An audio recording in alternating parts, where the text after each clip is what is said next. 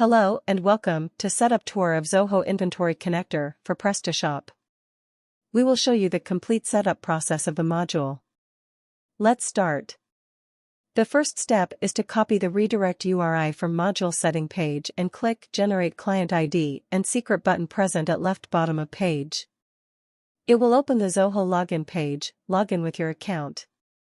If this is your first app, then click Get Started button, otherwise click Add Client button. Select server-based applications in client type. Add any client name. Add home page URL of your site. Add authorized redirect URIs as displayed in module setting and click Create. Now copy client ID, paste in module setting in respected field. Now copy client secret, paste in module setting in respected field.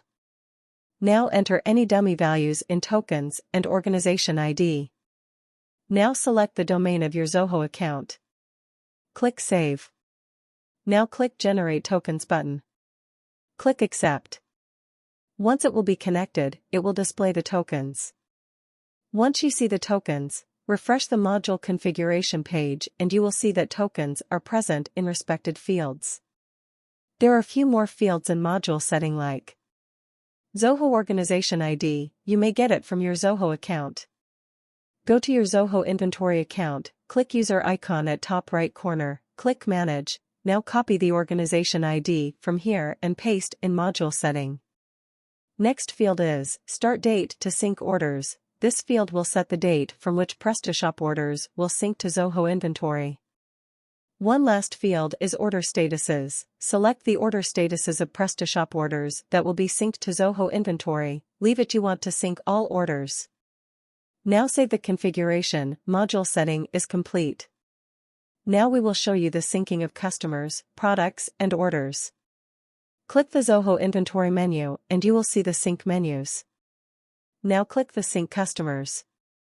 Click the Export button to sync the customers from Prestashop to Zoho inventory.